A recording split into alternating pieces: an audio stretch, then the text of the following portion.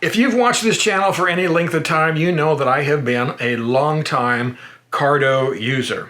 In fact, on these helmets that you see behind me, I have hooked up the Cardo PackTalk Edge that I've been using for, I think, a couple of years now. It's a great unit, comes with tons of features.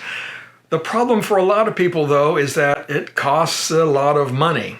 It's $360 just for the unit, and then if, like me, you wanted to upgrade to those new 45mm JBL speakers, well, that was an extra $100. So right now I've got about $500 invested in my showy RF 1400 down there, and the helmet only cost about $6. Now, as I said, for a lot of people, that's kind of expensive, especially since they don't ride in groups very often. They usually just want to talk to their passenger or answer a phone call, listen to their GPS, or maybe music on occasion. So why should they spend all that money? Well, that's where the sponsor of this video comes in. And that is a company called Open Road Solutions. They are from Taiwan, and they are the makers of the Bikecomm line of motorcycle communication devices. And they asked me to review their new model, which is called the Salute. So since I have the Salute mounted up to my Schuberth modular helmet here, I figured the best thing to do is jump on the bike and take it for a ride, see how it does. While we're riding and testing out this new Salute communication device, let's go over some of its features. First, it supports Bluetooth 5.0 and the Advanced Audio Distribution Profile, or A2DP. It has an intercom distance of 1,000 meters and a talk time of 16 hours or 18 hours of music time. It has an internal background audio mixer, which enables you to listen to both music and the intercom at the same time, as well as your GPS and the intercom at the same time. Bikecomm claims that the Salute and its 40mm speakers produce great hi-fi stereo sound quality. But of course, I'm out here on the interstate, and we'll put that to the test. Bikecomm also says that they have wind noise reduction that allows you to travel up to 100 miles an hour and still get clear voice and audio. And while I never went that fast, I did get up over 80, and I have to say, it sounded pretty darn good. And of course, as any good motorcycle communication device should be, it is waterproof to an IP67 standard.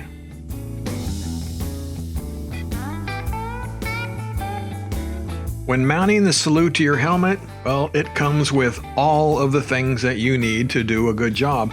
In fact, I found this to be one of the easiest installs I've ever done for a communication device. And the primary reason for that is that Bikecomm has designed this harness with these really low profile, quick release connectors for both speakers and the microphone. It was real easy, and I didn't have to worry about hiding some big 3mm pin inside my helmet. A couple of things you do need to be aware of is that the Salute only comes with one of those 3M sticky mounts, and you will need to find a fairly flat place to mount the device to your helmet. It doesn't come with one of those pinch clamps that a lot of the other devices come with. Also, because of the way the mount works for the Salute, you do have to leave a bit of free play for that plug to easily connect to the device itself.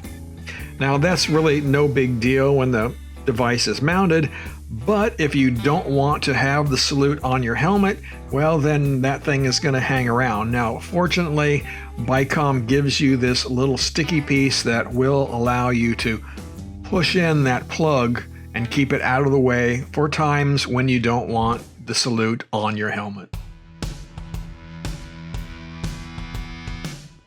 I won't get into the details of how the Salute works in this video, but I will say that it was very easy to get the devices paired together as well as get it paired to my phone and GPS. It was really simple and everything worked just fine. Now let's get into the nitty-gritty of how this device worked. I took it out for 2 rides. I got on the interstate as you see here, and I went down a few exits getting up to 80 miles per hour. During that time, I was listening to music and through my cell phone, and I was really impressed. The sound quality was really good. I did not have any trouble hearing the music at all, which is very uncommon even for some of the better units out there. Now, of course, did the helmet that I was using play a role?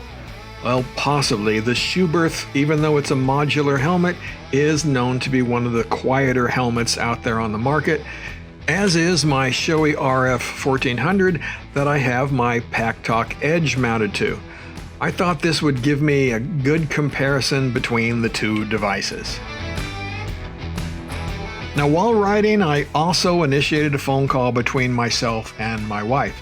You press the M button, and then that allows you to use voice dial on your phone if that's available, and then call your wife or whoever else that you want to. Now, both of us found that the conversation was very clear, and we had no problem with it whatsoever. So again, we were both pretty impressed. The second trip I took to test out this Salut communication device was on my WR250, and it has no wind protection and it's a pretty noisy bike. But this time, rather than listen to music, I was listening to some spoken word, an audiobook that I've been making my way through. And once again, I have to say that I was pretty impressed with the sound quality that this little device puts out. So I know everybody now wants to know, how did this compare to my PackTalk Edge? And well, the PackTalk Edge is a little bit better as far as sound quality goes. The 45mm speakers in particular have a wider range and a much more dynamic bass. But the difference isn't that huge. I would be more than happy to ride all the way across country listening to the sound quality of this Salut. Especially when you think that the PackTalk and those speakers cost me $500, and this little device retails for $89.99 for a single unit and $179.99 for the dual unit. So that's a big difference in price, and if you never listen to those JBL speakers, you would never miss the difference. I guess I should let you hear the difference, so I recorded the sound from within each of the two helmets.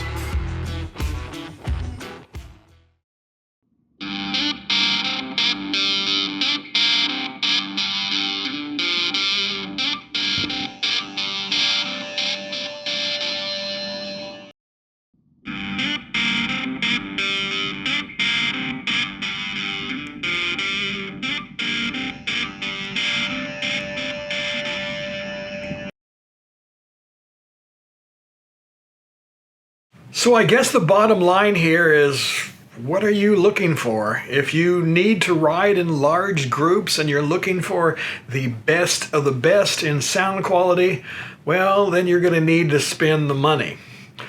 But if just a little bit less sound quality, a little bit less bass response will work for you, you can spend a lot less money. And as I said, be really happy. In fact, I could just turn this on and listen to it all day.